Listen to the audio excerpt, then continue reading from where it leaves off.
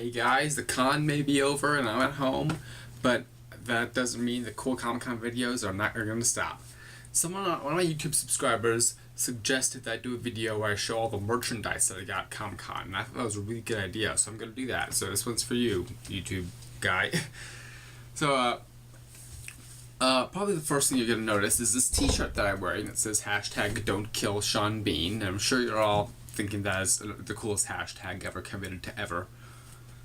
And I got this at the Legends panel, which it says right here on the sleeve, Legends, which is Sean Bean's new show on TNT. So I got to see the panel, I got to see the first episode of the show, and Sean Bean was not there, sadly, because, in his words, he didn't want to bring his death toll to Comic-Con. Yeah, right. Good reason, but yeah, right. And so, as the panel was going on, they handed everyone in the audience a little ticket, and then we got to go to the fulfillment room, which was in a whole separate hotel, and we got this t-shirt. That was pretty cool because the moderator of the panel was wearing this t-shirt, and I saw that, and I was like, this is awesome, I gotta get this t-shirt, and then sure enough I did. And then I got a lot of other cool merchandise. The big thing, anyone who attends Comic-Con knows that Warner Brothers gives out these big, huge bags for people at the convention. And they give you that when you pick up your badges on preview night, or wherever you pick up your badges. And so, this year the bag I got was for what is fortunately my favorite show on TV right now.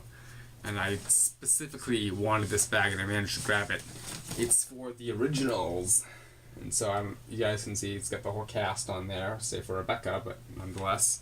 And it's got this strap so you can wear it like so. I think it's pretty heavy when you walk it down with stuff. And it's got like these little facets that stick together to secure your stuff. Now last year they had like a little tube in here. You could stick your roll up your posters, stick your posters in. They didn't have that this year. The first year I got a Big Bang Theory bag, and the year before that after that it was a Teen Titans Go bag, and now it's the originals. So pretty cool stuff. One of my more sizable purchases of the trip was a Star Trek Into Darkness phaser replica from Quantum Mechanics, aka QMX. And so it's really cool. And this was very pricey. I think I paid about $20 more than what the actual price tag said at the booth. And a couple of people in my family were like, that doesn't sound a little official. I'm like, well, I got the phaser, so. And this is the most detailed phaser in the world, and apparently they're working on a more detailed version to come out. It said it would come out in 2014, but 2014 is halfway through. So I figured I might as well buy this one. And this one you have to manually flip it from sun to kill. And then you shoot it like so. It doesn't make any sounds, there's hardly a trigger. But I still thought it was a pretty cool purchase. It came with a little stand. And also came in this box, because normally this was supposed to be packaged with the Star Trek Into Darkness 3D Blu-ray with a phaser. I didn't get the Blu-ray because I already have the movie.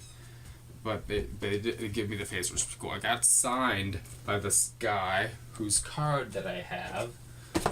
His name is Kenneth J. Palco, and he's a movie prop guy. I got to see his booth, and he signed the phaser for me because he worked on the movie and did the phasers for Star Trek Into Darkness. And he also had the booth, he had some stuff from like Almost Human, which is pretty cool because I'm a fan of that show.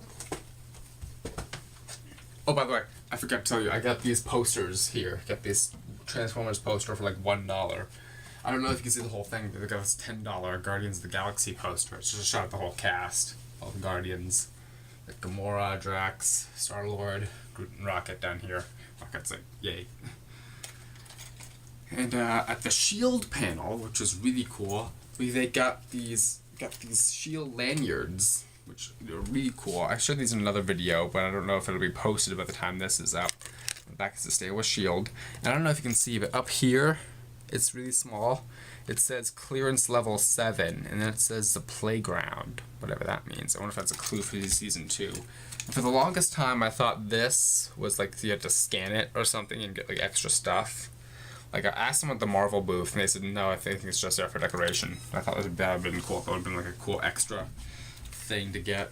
But the lanyards, I think they were just collectible, and at the panel they claimed they give us access to the unseen missions of season 1, translation, the blooper reel, which they screened for us, which I'm sure is on YouTube. It has 1 million hits by now.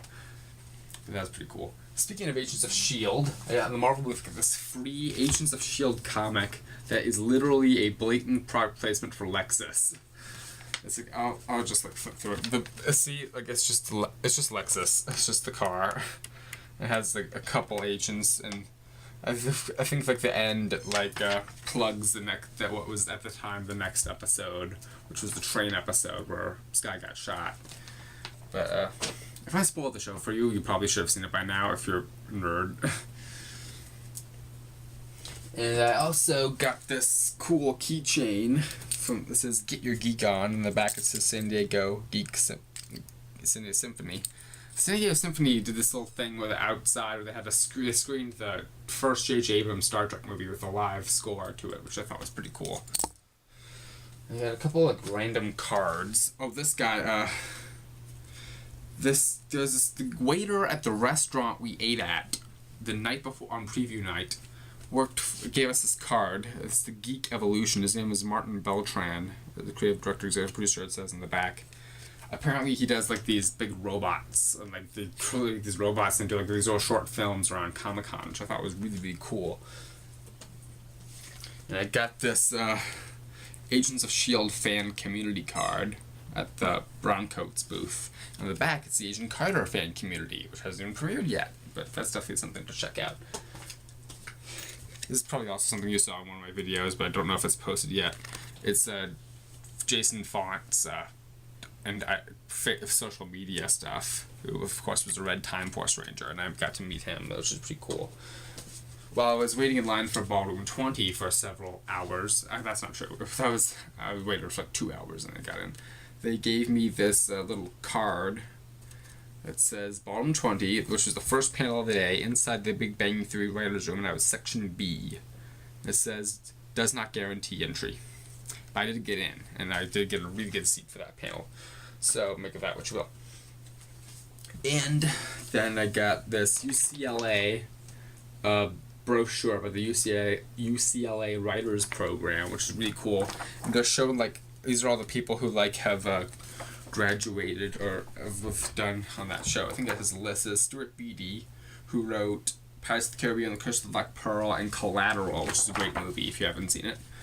Had who else on here? James Franco's on here, and Friends writer Alexa Jung. I don't know how to say her name.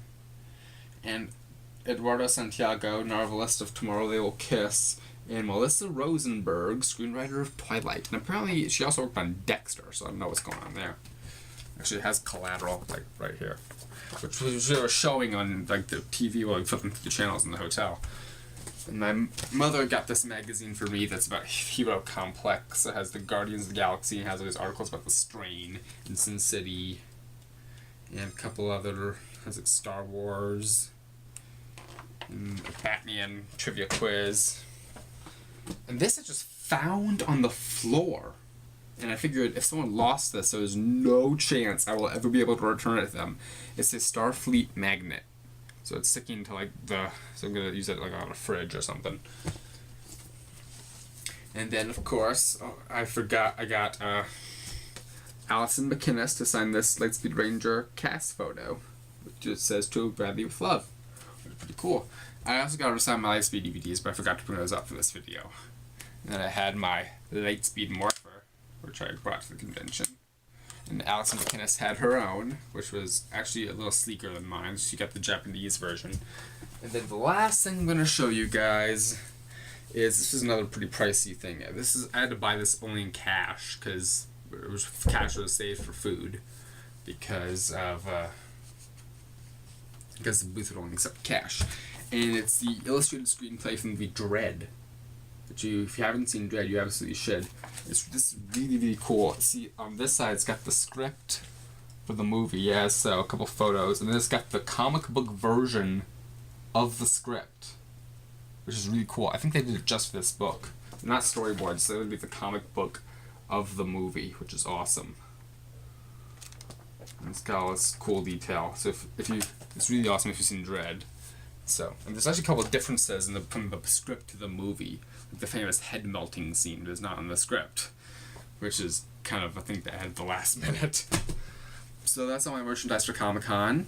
So hope you guys enjoyed this video, and Francis 7 out.